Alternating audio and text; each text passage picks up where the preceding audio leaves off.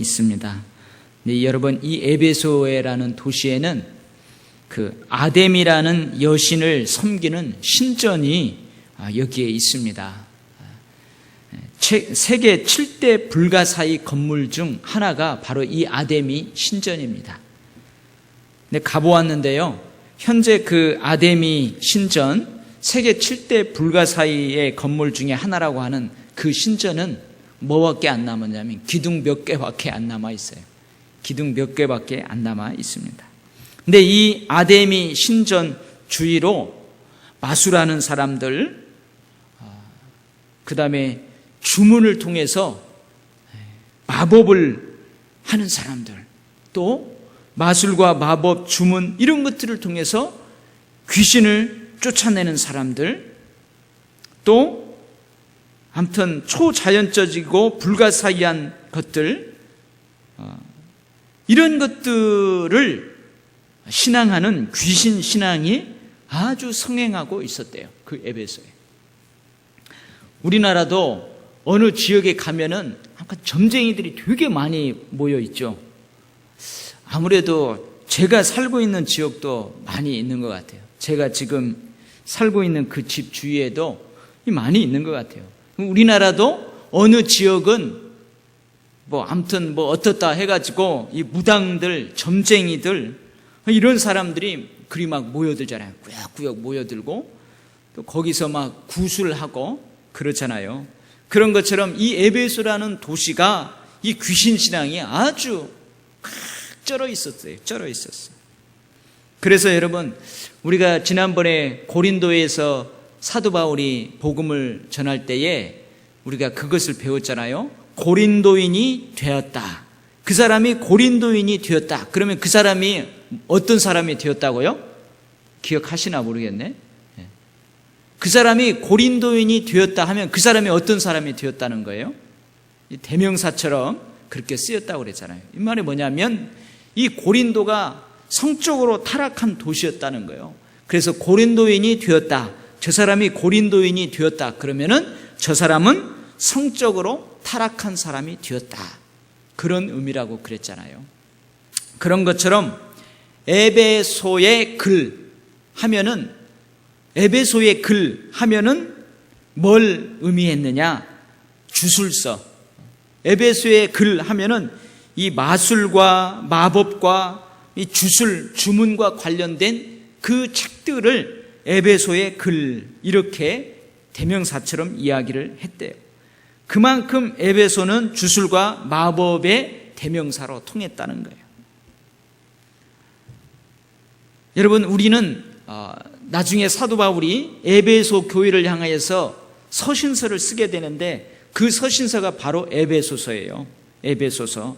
근데 그 에베소서의 서신을 마무리하면서 사도 바울이 에베소 교인들에게 뭐라고 하냐면 영적 싸움을 싸우라. 영적 싸움을 싸우라.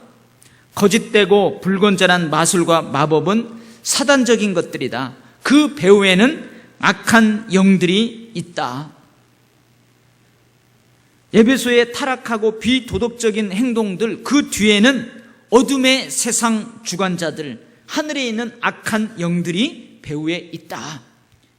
그래서 이들과의 영적 싸움을 위해서 무엇을 입으라? 하나님의 전신 갑주를 입으라. 에베소서 6장에 사도 바울이 그렇게 권면하고 있어요.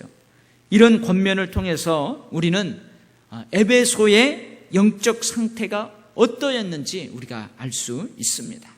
그러한 곳에서 오늘 우리가 읽은 본문의 사건이 일어나고 있어요. 자, 그러면은 우리가 8절부터 20절 말씀까지 읽었는데 이 본문을 자세히 보면은 8절부터 앞부분에는 뭘 기록하고 있느냐 하면은 사도 바울이 어디에서 3개월 동안 하나님 나라에 관해서 담대히 강론하면서 사람들에게 권면을 했다고요? 어디에서? 회당에서. 그리고 3개월 동안 그 회당에서 열심히 말씀을 가르쳤어요. 근데 비방하는 사람들로 인해서 그 회당을 떠나서 회당 가까이에 있는 두란노 서원에서 날마다 말씀을 가르칩니다. 몇 년 동안? 2년 동안 이같이 합니다. 그러니까 2년 동안 그 두란노 성원에서 말씀을 계속 강론하는 거예요. 복음을 전하는 거예요. 그러니까 에베소의 지역에 있는, 주변 지역에 있는 아시아와 소아시아의 유대인과 헬라인들이 주의 말씀을 다 들으러 왔어요. 이러한 내용들이 전반부에 있습니다. 이것을 딱 4글자로 줄이면 뭐냐? 바울의 말씀 사역이라고 할 수가 있어요. 그래서 전반부는 바울의 말씀 사역에 대해서 언급을 하고 있습니다. 그리고 오늘 본문의 마지막은 한번 다 같이 읽어봐요. 20절 말씀 시작. 이와 같이 주의 말씀이 힘이 있어 흥왕하여 세력을 얻으니라. 전반부는 바울의 말씀 사역에 대해서 언급을 하고 있는데 이 본문을 끝마칠 때에는 그 말씀 사역이 어떻다고요? 힘을 얻어가지고 흥왕하고 세력을 얻게 되었다. 그렇게 마치고 있어요. 그러면 그 안에는 어떤 사건이 있느냐? 중간 부분입니다. 이 말씀 사역이 이루어진 다음에 어떤 걸 기록했냐면 하나님께서 바울의 손으로 놀라운 능력을 행하게 하시는 장면이 기록되어 있어요. 그래서 심지어 여러분, 바울이 가지고 있는 앞치마, 수건을 가져다가 병든 사람에다가 얹으면 그 병이 떠나고 귀신도 떠나가는 이러한 놀라운 기적들이 일어나는 사건이 기록되어 있어요. 그러니까 마술사도 그것을 지켜보다가 바울을 따라서 그 축기를 해요. 흉내를 내는 거예요. 그런데 실패합니다. 그래서 마술사들이 변화되는 것. 마술사들도 예수의 이름으로 행하는 바울의 그러한 기적을 보고 흉내를 내요. 근데 실패합니다. 그러므로 그들이 변화되는 이러한 내용들이 중간에 딱 기록되어 있어요. 이것을 4글자로 딱 하면 뭐냐? 능력 사역입니다. 바울의 능력 사역. 그래서 이 말씀 사역이 능력 사역으로 인해서 더 흥왕하게 되고, 그리고 힘을 얻고, 그리고 세력을 얻었다. 이 본문이 그렇게 기록을 하고 있습니다. 그래서 우리가 이 본문의 구조를 이렇게 알고 먼저 바울의 말씀 사역을 우리가 한번 잘 살펴보도록 하겠어요. 어디에서 말씀 사역을 첫 번째 했다고요? 회당에서. 여러분, 사도 바울은 항상 어느 선교지를 가든지 어디에 먼저 가요? 회당에 먼저 들어가서 말씀을 전합니다. 근데 여러분, 우리가 지금까지 바울의 그 선교 여행 중에서 회당에 들어가서 말씀을 강론하고 그들을 권면할 때에 대부분 어떻게 했어요? 대부분 당장 쫓겨납니다. 여러분, 거기에서 하루 말씀을 강론하고 권면하고 전할 때 이미 다른 지역에 있는 유대인들이 거기까지 쫓아와가지고 사람들을 선동해서 내보내고 핍박하고 그랬었어요. 근데 오늘 보니까 몇 개월 동안 했대요? 3개월 동안 했답니다. 지금까지 바울의 회당에서의 사역 기록 중에서 이 3개월은 최장기간의 말씀 사역입니다. 무엇을 말하는 거예요? 그 회당 사람들이 바울에 대해서 호감을 가졌다는 거예요. 관심을 가졌다는 거예요. 그런데 여러분, 바울이 이런 기회를 놓치겠어요? 절대 놓치지 않죠. 그래서 담대히 최선을 다해서 말씀을 전합니다. 담대히 말씀을 전해요. 그런데 역시나 바울을 비방하고 적대하는 사람들이 그 회당에 생겨나게 돼요. 근데 여러분, 지금까지 우리가 살펴봤지만 회당에서 바울을 비방하고 적대하는 세력들은 무엇 때문에 그러냐? 시기 질투 때문에 다 그랬어요. 시기하고 질투하는 거예요. 그래서 바울은 더 이상 회당에서 말씀 사역을 하는 것을 멈추고 이 말씀 사역, 즉 복음을 증거하는 장소를 옮깁니다. 어디로 옮기느냐? 두란노 성원이라는 곳으로 옮겨요. 우리가 지금까지 쭉 살펴봤지만 바울이 복음을 증거할 때에 늘 반대에 부딪혔어요. 장애물들이 있었어요. 그때마다 여러분, 바울은 포기합니까? 절대 포기하지 않죠. 말씀 사역을 중단하지 않습니다. 포기하지 않습니다. 그래서 회당 옆에 있는 두란노 성원에서 말씀 사역을 계속합니다. 근데 거기에서는 어떻게 하느냐? 제자들을 따로 세워요. 제자들을 따로 세워요. 그래서 이 제자들을 훈련시키고 말씀으로 훈련시키고 이 제자들이 또 말씀 사역을 계속해서 하게 하고, 이 제자들이 각 아시아, 소아시아 지역에서 두란노 성원으로 말씀을 들으러 왔던 사람들, 그들이 복음을 듣고 변화되면 세워졌던 제자들과 함께 그곳으로 떠나서 교회를 세우고 그렇게 돼요.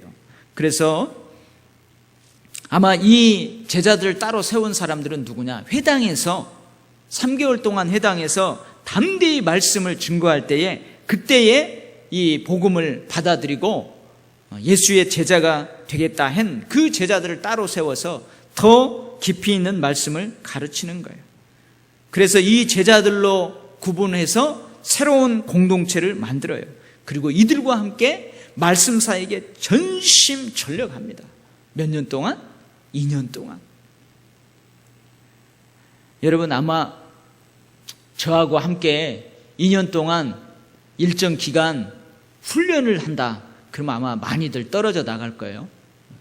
만약에 어느 공동체, 제자 공동체를 한 12명을 딱 만들어가지고 제1기 제자 훈련 해서 딱 개설을 해서 이 12명이 시작하면 여러분 2년 동안 저하고 같이 훈련하면 떨어져 나갈 사람들 많을게 아마. 그죠? 숙제도 내야 되죠. 큐티도 해야 되죠. 주일날 말씀 그 설교 요약도 해야 되죠. 또 말씀 훈련 받고 이번 한 주간 때로는 이것을 실천하십시오. 이렇게 해가지고 다 점검하고 또 자기의 삶을 각자 나누게 하고 자기 가정을 오픈하고 자기의 삶을 오픈하고 이렇게 하면서 서로 아름다운 공동체로 이 말씀 사역을 2년 동안 한다고 생각해 보세요. 아마 떨어져 나갈 사람들 많을 거예요. 근데 2년 동안 열심히 말씀을 가르칩니다.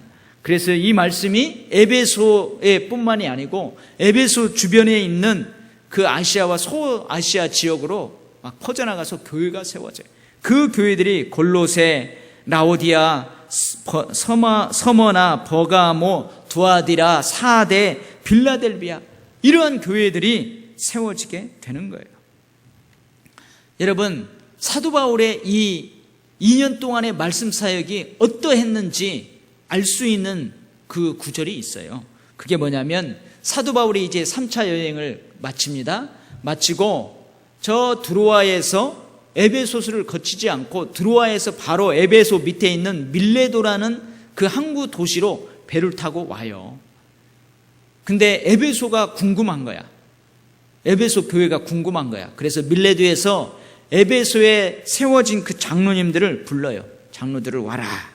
그래서 그들과 함께 이제 마지막 그 교회 소식도 듣고 마지막 권면도 하고 그러면서 거기서 눈물겨운 작별을 하게 됩니다. 그 작별하는 장면 중에서 사도 바울이 그 에베소에서 말씀 사역을 어떻게 했는지를 엿볼 수 있는 구절이 있어요. 그게 뭐냐면 내가 3년이나 밤낮 쉬지 않고 눈물로 각 사람을 훈계하던 것을 기억하라. 지금 내가 여러분을 주와 및 그 은혜의 말씀에 부탁하노니 그 말씀이 여러분을 능히 든든히 세우사 거룩하게 하심을 입은 모든 자 가운데 기업이 있게 하시리라. 이게 두란노 성원에서 2년 동안, 그리고 회당에서 3개월, 그 위에 뭐 사역해서 3년을 거기서 어떻게 했다고요? 말씀 사역을 할 때 어떻게 했대요? 밤낮 쉬지 않고 눈물로 각 사람을 훈계하면서 그렇게 눈물로 쉬지 않고 땀 흘리며 말씀 사역을 했던 것을 기억하라. 그리고 내가 그 주님의 말씀에 너희들을 부탁한다. 그러니까 너희들이 그 말씀 나하고 함께 하면서 배웠던 그 말씀에 꽉 붙잡힌 바 되어라. 그 말씀에 든든히 서 있으라. 이렇게 이야기하는 거예요.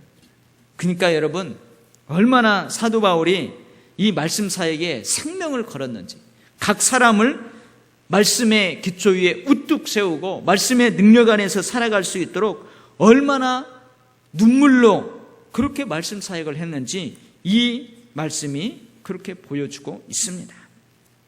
자, 이렇게 철저하게 말씀으로 제자를 세운 이후에 그 다음에 어떤 사건이 일어난다고요? 능력이 일어나게 돼요. 사도 바울의 능력 사역이 이제 일어나게 되는 거예요. 근데 여기에서 저는 말씀을 가만히 생각하면서 이런 생각을 해봤어요. 오늘 11절에 보면 하나님이 바울의 손으로 놀라운 능력을 행하게 하시니 이렇게 기록되어 있잖아요. 제가 이 말씀 쭉 묵상하면서 과연 바울은 능력 사역을 본인이 의도했을까? 그게 이런 말이에요. 예를 들면 이 정도 말씀 사역이면 됐다. 이 정도면 이제 말씀 사역이 됐다. 이제는 내가 능력 사역을 해야 되겠다. 그래가지고 예수의 이름으로 병자를 고치고 예수의 이름으로 마술하는 사람들을, 마법을 하는 사람들을 쫓아내고 내가 이런 사역을 이제 해야 되겠다. 이렇게 의도를 했을까? 그래 했을까? 근데 11절 우리가 금방 읽었죠? 하나님이 바울의 손으로 놀라운 능력을 행하게 하시니. 무슨 말이에요? 바울은 의도하지 않았다는 거예요. 이 능력 사역을 계획하고 행하시는 분은 누구라는 거예요? 하나님이시라는 거예요. 하나님. 거기에 말씀 사역에 제자들이 우뚝 세워지고 말씀 사역을 통해서 제자들이 세워지고 교회가 세워지고 하니까 그 말씀의 능력들을 하나님이 이제 나타내 보이기 시작하는 거예요. 하나님께서 그런 모양이 이제 때가 됐다.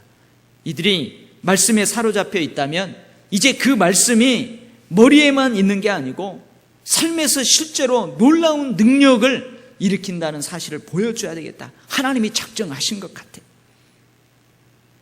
말씀 사역의 결과로 하나님께서 바울을 통해서 에베소에서 능력을 이제 행하시는 거예요. 이것을 이제 능력 사역이라고 했어요. 제가 바울의 능력 사역. 여러분 여기에서 우리가 생각할 게 있습니다. 말씀 사역과 능력 사역은 항상 함께 가야 한다는 거예요. 왜 그러냐? 여러분 영적 체험은 지극히 주관적일 수 있습니다. 영적 체험은 지극히 주관적일 수 있어요. 그래서 주관적인 체험을 절대화할 가능성이 있어요. 영적 체험은 지극히 주관적인 건데 그 주관적인 체험을 말씀보다도 더 절대화할 가능성이 있다는 거예요. 그래서 여러분 항상 능력 사역은 뭐하고 같이 가야 돼요? 말씀 사역하고 같이 가야 돼요. 또 여러분 영적 체험들은 초자연적이고 신비적인 체험들이 주를 이루어요. 그렇기 때문에 어디에 빠질 수 있어요? 신비주의에 빠질 가능성이 있습니다. 그리고 열광주의에 빠질 수 있어요. 늘 그 초자연적이고 신비한 체험만 추구하는 거예요. 그것만 따라가려고 하는 거예요. 자기 신앙생활에서 그런 것이 없으면 재미가 없어요. 이게 바로 열광주의에 빠진 거예요. 신비주의에 빠진 거예요. 이럴 가능성이 많다는 거예요. 그래서 항상 이러한 영적 체험은 말씀에 기초해야 되고 말씀에 의해 해석되어져야 하고 말씀에 의해서 통제되어야 한다는 거예요. 그렇지 아니하면 여러분 자칫 에베소의 마술, 에베소의 마법하는 사람들처럼 타락할 수 있다는 거예요. 성령에 의한 기적들을 자기의 이익과 자신의 영광을 위해서 이용할 수 있다는 거예요. 그럴 수 있다는 거예요. 말씀이 쏙 빠져버리면, 말씀에 의해서 통제되지 아니하면, 말씀에 의해서 그것이 해석되지 아니하면, 말씀에 기초하지 아니하면 그렇게 될 가능성이 다분히 있다는 거예요. 여러분 한번 생각해 보세요. 사도 바울에 통해서 하나님이 어떤 능력을 보여주시느냐? 오늘 몇 절 12절 말씀 다 같이 한번 읽어봐요. 12절 말씀 시작. 심지어 사람들이 바울의 몸에서 손수건이나 앞치마를 가져다가 병든 사람에게 얹으면 그 병이 떠나고 악귀도 나가더라. 참 엄청난 사건 아니에요? 엄청난 기적 아니에요? 여기서 여러분 손수건은 뭐냐면은 땀 닦는 손수건을 의미하는 거예요. 저도 이 손수건 가지고 있거든요. 땀 닦고 코 풀고 뭐 이렇게 하고 하는 이 손수건이에요. 이 손수건을 가져다가 병자에게 턱 올리면은 그 병자가 낫고 귀신이 떠나간다. 누구 거라고요, 이게? 바울 거. 그 다음에 여기 앞치마는 뭐냐? 여러분, 저 뒤에 가면은 바울은 항상 어떻게 자비량 선교를 한다고 그랬잖아요. 앞에 앞치마를 두르고 천막만들을 하는 거예요. 그러니까 작업복 앞에다가 앞치마를 하고 있는 앞치마. 우리말로 하면 식당에서 봉사하는 그 앞치마를 가져다가 병자에다가 탁 올리면 어떻게 돼요? 그 병자가 낫는 거예요. 도저히 이해할 수 없는 일들이죠. 아마 지금 여러분들이 저한테 와가지고 제가 쓰는 손수건을 싹 갖다가 병자에게 올리면 낫는다고 해가지고 제 손수건을 가져가는 사람들, 제가 주일날 앞치마를 하고 뭔 일을 했는데 그 앞치마를 가져다가 병자에다가 올리면 낫는다고 그 앞치마를 가져가려고 하는 사람들 보면 여러분들 뭐라고 하겠어요? 저 신비주의에 빠진 사람, 약간 맛이 간 사람이라고 욕하지 않겠어요? 놀라운 사건이에요. 놀라운 사건이에요. 바울에게서 그런 능력이 하나님께서 나갈 수 있도록 역사하세요. 근데 바울의 상황을 봅시다. 여러분, 사도행전 20장 아까 제가 이야기했죠. 밀레드에서 에베소의 장로님들을 불러요. 그래서 거기서 고별 설교를 하고 이제 3차 전도 여행을 마무리하기 위해서 저 예루살렘으로 내려가는데 그 대화하는 가운데 이런 내용이 돼요. 내가 아무의 은이나 금이나 의복을 탐하지 아니하였고 여러분이 아는 바와 같이 내 손으로 나와 내 동행들이 쓰는 것을 충당하여, 이렇게 되어 있어요. 여러분, 바울의 상황이 어떻다는 거예요? 말씀 사역하는 데에도 집중해야 되는데 지금 천막 만드는 일을 하면서 그렇게 사역을 하고 있어요. 근데 바울에게서 그런 일들이 일어나요. 물질적인 소득을 얻고자 하는 동기에서 온갖 형태의 마술, 마법, 부적, 그 다음에 주술, 그런 것들이 행해지고 있는 그 에베소에서 이 바울의 기적은 엄청난 돈벌이의 수단이 될 수 있다는 거예요. 그렇지 않나요? 바울이 지금 말씀 사역에 집중을 해야 돼. 근데 천막만들을 하는 일을 하니까 말씀 사역에 더 집중할 수 없는 시간들이 빼앗기는 거예요. 근데 하나님께서 바울을 통해서 놀라운 기적들을 베풀어요. 그럼 그걸로 돈벌이를 하면 돈을 얼마나 벌 수 있을까요? 더군다나 그 에베소의 사람들은 그런 것들에 푹 빠져 있는 사람, 주술적인 능력, 주문을 외우고 마법을 통해서 일어나는 그 능력에 혹해 있는 사람들이에요. 그런데 막 그런 사람들 앞에서 하나님께서 바울을 통해서 그런 기적을 벌일 때에 어떻게 하겠어요? 돈벌이의 수단이 되지 않겠어요? 엄청난 돈을 벌 것 같아. 내가 보면 막 돈 짊어지고 올 것 같아. 와가지고 내 질병 고쳐달라고, 의사도 못 고친 질병 고쳐달라고 막 그럴 것 같아요. 그러니까 바울이 타락할 수 있어요, 없어요? 타락하기 쉽겠죠. 근데 바울은 타락하지 않습니다. 사도 바울은 타락하지 않아요. 그래서 이 이야기를 자신 있게 하는 거예요. 그 장로들에게 내가 아무의 은이나 금이나 의복을 탐하지 아니하였고, 이렇게 자신 있게 이야기하는 거예요. 그래서 그 장로들에게 뭐라고 하냐, 내가 여러분에게 본을 보인 대로 여러분들도 양무리의 본이 되라고, 그렇게 이야기하는 거예요. 사도 바울이 이 말씀에 사로잡히지 아니하였다면, 이 복음에 사로잡히지 아니하였다면, 하나님을 경외하는 그 경외심, 두려움, 그거에 사로잡히지 않았다면 사도 바울도 타락할 수 있죠. 타락할 수 있어요. 근데 사도 바울은 타락하지 않습니다. 여러분, 우리 다일 공동체에 그 최 목사님 있잖아요.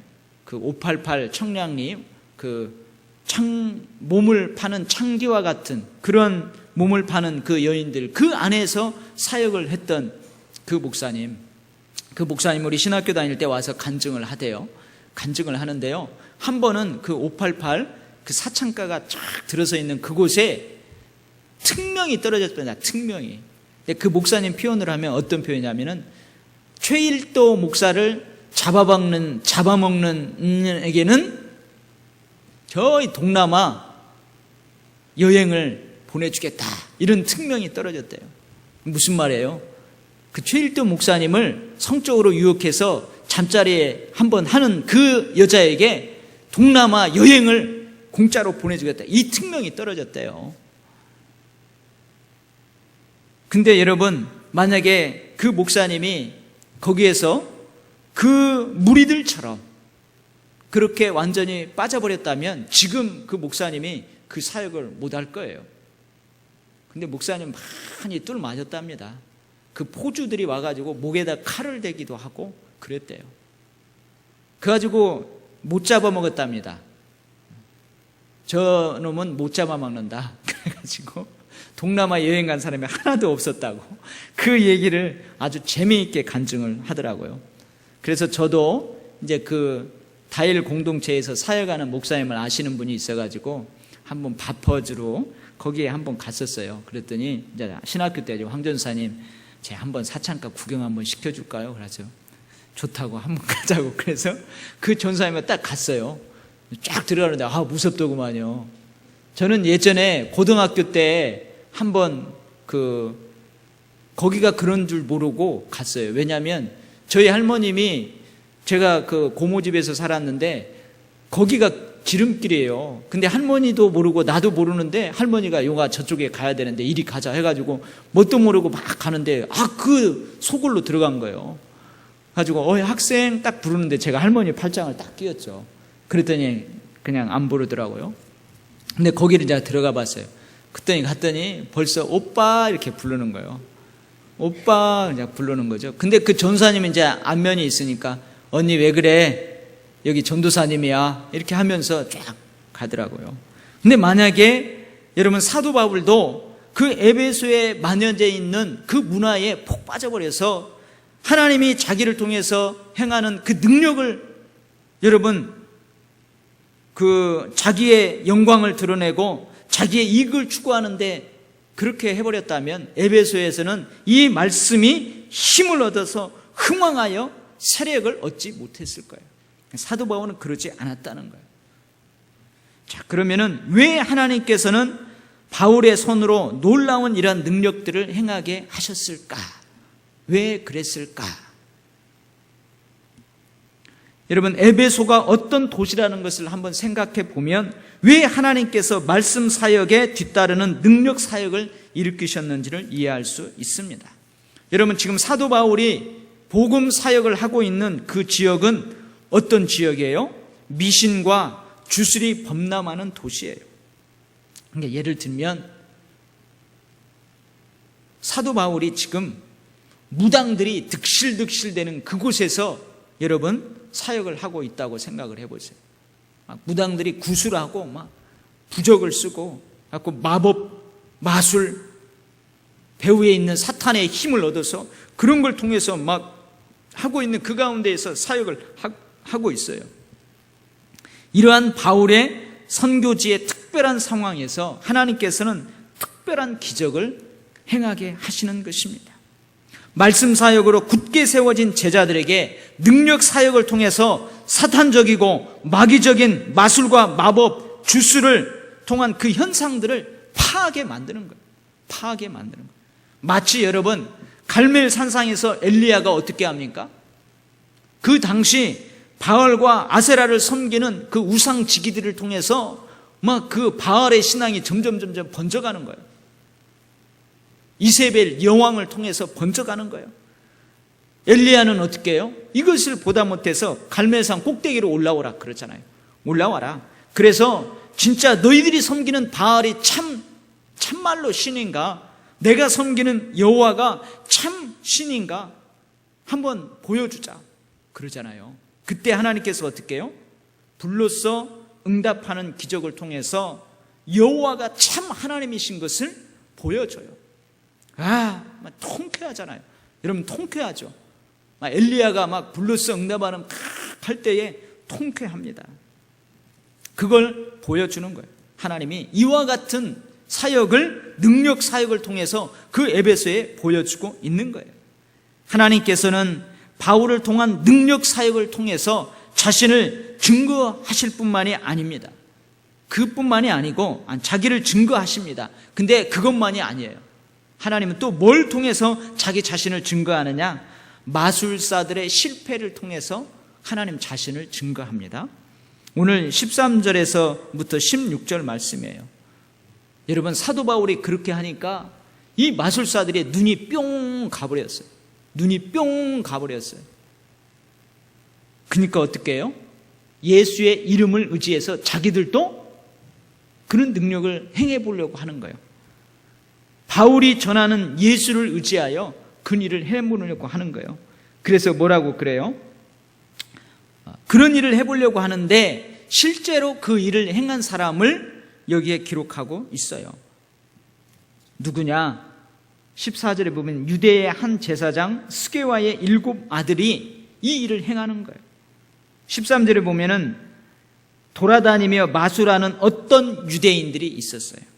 그러니까 여러분, 유대인들이 이 짓을 하고 있다는 거예요. 지금 들으라 이스라엘아, 그 쉐마 교육이 이루어지는 회당에서 그 쉐마 교육을 받는 유대인들이 이런 짓을 하고 있다는 것은 뭐예요? 유대인들이 지금 뭐예요? 타락할 대로 타락했다는 거예요. 타락할 대로 타락했다는 거예요. 여러분, 여기 제사장 스게와라는 사람이 나오잖아요.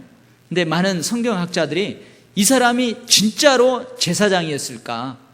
그렇다면 이 사람은 가정이 몰락했거나 아니면은 예루살렘을 떠나서 이 이방 땅에 와가지고 이미 자기의 먹고 살 것 때문에 이방의 종교들하고 혼합된 그러한 삶을 살아가고 있는 타락한 제사장이다. 근데 만약에 이 사람이 제사장이 아니고 제사장이라는 그 이름을 빌려서 사칭해서 빙자해서 이렇게 살아가고 있다. 그렇다면 이 사람은 제사장의 권위와 명성을 빌어서 자신의 야심을 채우고자 하는 아주 그러한 간교한 사람이라는 거예요.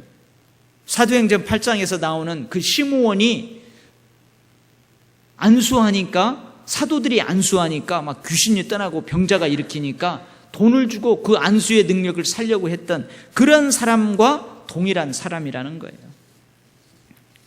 근데 어쨌든 그 사람들이 어떻게 해요?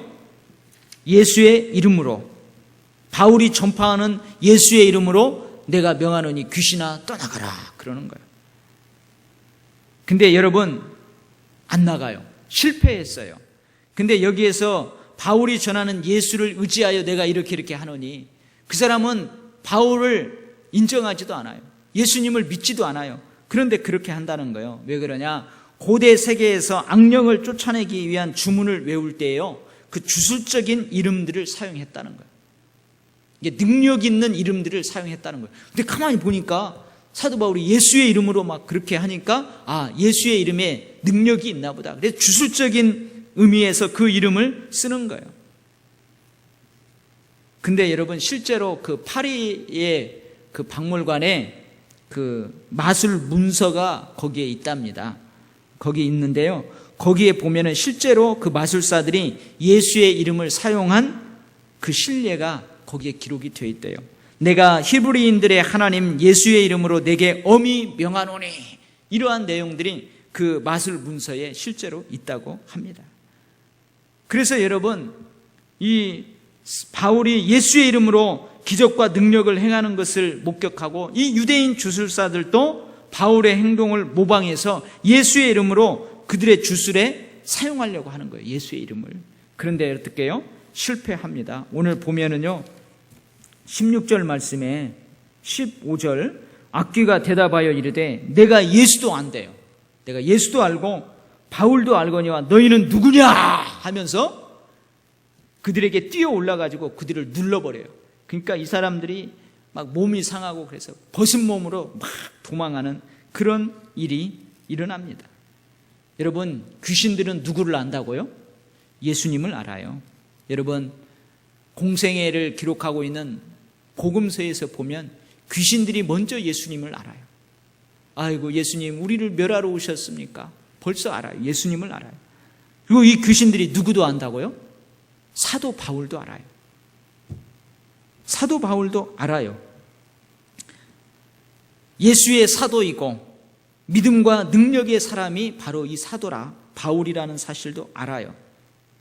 근데 예수를 믿는 믿음도 전혀 없는 마술사들, 사악한 동기에서 예수의 이름을 사용하는 그들은 누구냐 하면서 사탄이 어떻게 해요? 오히려 꽉 잡아먹는, 꽉 누르는 거예요. 그래서 여러분 어떻게 해요? 막 귀신이 그 사람들에게 뛰어 올라가지고 그들을 막 짓누르니까 그들이 상한 몸으로, 벗은 몸으로 막 도망하는. 여러분 통쾌하죠? 통쾌합니다. 통쾌. 엘리야가 갈멜 산상에서 대결해서 바알과 아세라의 그 선지자들을 다 이겨버리고 승리하고 그랬던 것처럼 이런 걸 볼 때 너무나 통쾌해요. 근데 여러분, 이 마술사들의 실패와 또 그들이 놀랍게 이 실패를 통해서 변화됩니다. 그리고 주의 말씀이 흥왕하게 됩니다. 한번 생각을 해보세요. 그 에베소에 이 주술, 마술, 주문, 마법 이런 것들을 의지하는 문화가 꽉 퍼져 있는데, 야, 어느 주술사들이 이러이러 했는데 실패했다더라, 예수의 이름으로 이렇게 했다는데 오히려 귀신들이 너희들은 누구냐 하면서 그렇게 했다더라, 이런 소문이 퍼져갈 때에 여러분 에베소가 어떻게 하겠어요? 여러분 에베소가 흔들렸을 거예요. 이게 무슨 일이냐? 이게 무슨 일이냐? 무슨 일이냐? 이렇게 했을 거예요. 그들은 여러분 눈으로 지켜봤어요. 바울이 예수의 이름을 사용할 때는 귀신이 쫓겨나가고, 근데 자기들이 예수의 이름을 사용할 때는 오히려 귀신들이 자기들을 덮어버림으로 자기들이 쫓겨가고, 이런 것을 경험하게 돼요. 거짓되고 불경건한 마술쟁이들은 바울을 흉내내려다가 실패합니다. 이런 실패를 보고 많은 백성들이 어떻게 해요? 두려워하는 거예요. 두려워하는 거예요. 그리고 이들은 그 두려움에서 그치지 않고 자기들이 사용했던 많은 그 우상단지들 다 가지고 와서 다 불태워버려요. 그 불태우는데 그 돈이 얼마냐? 지금으로 따지면 약 800만 원 정도. 그것을 다 불태워버려요. 많은 사람들이 보는 앞에서 공개적으로 그 책을 불태워버려요. 여러분, 그 책을 공개적으로 불태운다는 것은 뭐예요? 많은 사람들 앞에서 이제 공식적으로 자기 자신들이 지금까지 했던 것은 죄악이다, 그 죄악의 삶을 청산하고 이제 나도 그리스도인이 돼야 되겠다, 공식적으로 회개를 선포하고 믿음을 결단하는 것을 많은 사람들에게 보여주는 거예요. 에베소의 문화가 바뀌어가게 됩니다. 말씀 사역과 능력 사역을 통해서 에베소의 사람들이 변화돼요. 근데 여러분, 오늘 말씀을 읽다가 제가 특이한 걸 발견했어요. 18절 말씀인데 한번 18절 말씀 보세요. 한번 같이 읽어봐요. 시작.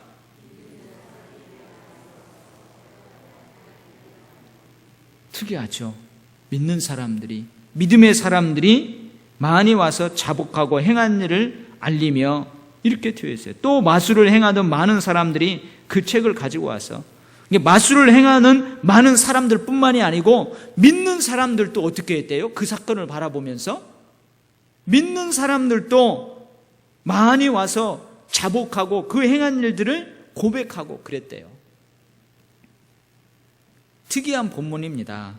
지금까지 자신들이 보지 못하고 경험하지 못한 그 예수님의 이름이 지닌 신비한 능력 앞에서 자신들이 그 예수님을 믿으면서도 지금까지 비밀리에 은밀하게 범했던 그 잘못들을 고백하기 시작했다는 거예요. 믿음의 사람들이. 에베소의 많은 그리스도인들이 예수님을 믿었음에도 불구하고 과거의 생활 습관을 청산하지 못하고 은밀한 가운데에 미신과 주술을 쫓거나 그와 같은 일을 행하고 있었다는 거예요. 그것을 어떻게 해요? 와서 자복하고 그 행한 일들을 알리고 돌이켰다는 거예요. 참 이런 일들이 다 있네요. 근데 여러분, 가끔 여러분 그런 얘기도 들어요. 연말 연시가 되면은 점쟁이들 집 앞에 그런 게 쓰여 있다잖아요. 기독교인들 30% 할인, 그런 거 써 있대요. 진짜로. 그 말은 뭐예요? 기독교인들이 있다는 거예요. 근데 사실인지 어떤 일은 모르지만 저도 들었어요. 어느 큰 교회는 이름을 이야기하면 다 아는 교회인데, 그 교회는요, 권사님들이 연말 연시에 회비 걷어가지고 차 불러가지고 전보로 간대요. 진짜 그런데요. 그러니까 뭐예요? 웃기는 일이죠. 웃기는 일. 여러분들 지금도 점 보는 사람 있어요? 저는 실제로 그런 집사님 봤어요. 제 신학교 들어오기 전에 신학을 준비하는 중에 한 조그만한 교회를 섬기는데 그 집사님 와가지고 나한테 하는 말, 황 선생님, 나는 하나님이 이 손금에다가도 하나님의 뜻을 숨겨놨다는 거예요. 점쟁이들이 그래서 가면은 그 하나님의 뜻을 알려줄 수 있다는 거예요. 그래서 점쟁이들도 하나님 뜻을 자기에게 알려준대요. 이거 그럴싸하죠? 내가 이렇게 설교했더니 어떤 분이, 목사님 그게 뭐가 그럴싸합니까? 그러던데. 실제 그런 분들이 있어요. 근데 믿는 사람들이 아직 예수를 믿지만 그 에베소에 꽉 쩔어 있는 그 문화, 거기에 아직도 빠져나오지 못하고 옛 모습으로 살아갔던 사람들이 이 사건을 보고 다 나와서 자복하고 회개하고 돌이키는 놀라운 일들이 있었대요. 그러면서 오늘 본문이 뭐라고 맞춰집니까? 주의 말씀이 힘이 있어. 여러분, 이 말씀의 능력이 눈에서 막 보이는데 말씀에 힘이 있겠어요? 없겠어요? 힘이 있는 거예요. 그러면서 이 말씀이 점점 정복해 가는 거예요. 세력을 얻었더라. 그 말은 뭐냐? 에베소의 그 만연되어 있는 모든 사다적인 것들을 다 제압하고 말씀이 우뚝 섰다는 얘기예요. 에베소의 주술적인 문화를 완전히 말씀이 박살내버리고 개혁하기 시작했다는 거예요. 말씀이 다른 것들을 압도하고 지배하는 그런 힘이 생겼다는 거예요. 말씀이. 놀라운 역사입니다. 놀라운. 그래서 여러분, 우리가 다음 주에 살펴보지만요, 이 에베소에 소동이 일어나요. 이 말씀으로 인해서 막 소동이 일어나요. 그래서 결국은 그 말씀의 능력으로 인해서 이 사도 바울은 기분 좋은 고난을 받죠. 영광스러운 고난을 받지만 그런 일들이 일어난다는 거예요. 사랑하는 도일교회 성도 여러분, 능력 쫓아가지 마시기 바랍니다. 아멘. 우리가 말씀에 사로잡히고 말씀을 충만하게 먹고 말씀이 내 안에 성육신, 육화되고 내 삶에 육화되고 그러면은 여러분, 하나님이 우리의 삶에서 능력이 필요하면 그 능력을 행해 주세요. 우리는 뭐만 하면 잘 돼요? 말씀에만 사로잡히면 돼요. 그 말씀이 우리에게 능력이 될 줄 믿습니다. 아멘. 자, 한 가지만 하고 말씀 마치는데요, 이런 설교를 딱 하니까 이제 많은 분들이 마술사들을, 지금 마술사들 있죠, 마술사들을 이제 이상하게 볼 수 있어요. 한 번은 이제 지금 여러분 성경학교나 뭐 할 때 아이들 모이기 위해서요, 그 마술 전도사라는 이름으로 그 마술을 행하는 사람들이 있어요. 교회 와가지고 만약에 새가족 초청잔치를 한다 그러면은 그 마술을 행하는 사람 쫙 오잖아요. TV에서 하는 것처럼 갖고 여기서 막 해갖고 막 꽃을 쫙 내고 쫙 하잖아요. 여러분, 그 마술하고 이 성경에 있는 마술하고 틀린 겁니다. 이 성경에 있는 것은 이 주술적인 의미가 있다는 거예요. 주술적인. 그 배우에 뭐가 있어요? 사탄적이고 마귀적인 것이 있다는 거예요. 근데 지금의 그 마술은 물론 원리는 똑같아요. 사람을 속이는 거예요. 근데 여러분, 그 마술을 보고 마술을 행하는 사람을 저 신이다 하고 따라갈 사람 있어요? 없잖아요. 저 사람 병자를 고칠 거야. 나 여기 아픈데 저 사람한테 가서 안수 받아야겠다 하는 사람 있어요? 없잖아요. 다 알잖아요. 저 속이는 거 다 아는, 눈속임이라는 거 알잖아요. 근데 그걸 보고 어떻게 우리는 웃잖아요. 즐기고 재미있어 하고. 그러니까 좀 차원이 다른 거예요. 그러나 제가 청년사역 할 때요, 한번 이제 그 마술하는 청년이 있었어요. 그래서 마술 전도사라고 해가지고 기독신문에도 실리고 그랬어요. 그걸 통해서 아이들을 이 동기부여를 시키는 거죠. 아이를 교회로 모으고 복음의 접촉점을 만드는 그 무슨 모모 전도사라고 있었어요. 그거 해서 이제 청년이기 때문에 우리 행사할 때 한번 목사님 자기가 하겠대. 무료로 한번 하겠대. 하라고. 그랬더니 그때 이제 저하고 같이 사역했던 장로님이 그 프로그램을 보더니 저한테 온 거예요. 근데 그 장로님은 신앙의 연조가 한 10년밖에 안 됐어요.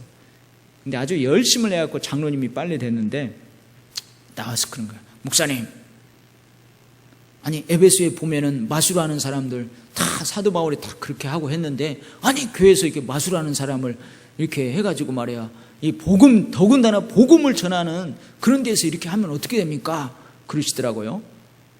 그래서 제가 쭉 설명을 했어요. 쭉 장로님, 그것과 이것은 이렇게 다릅니다.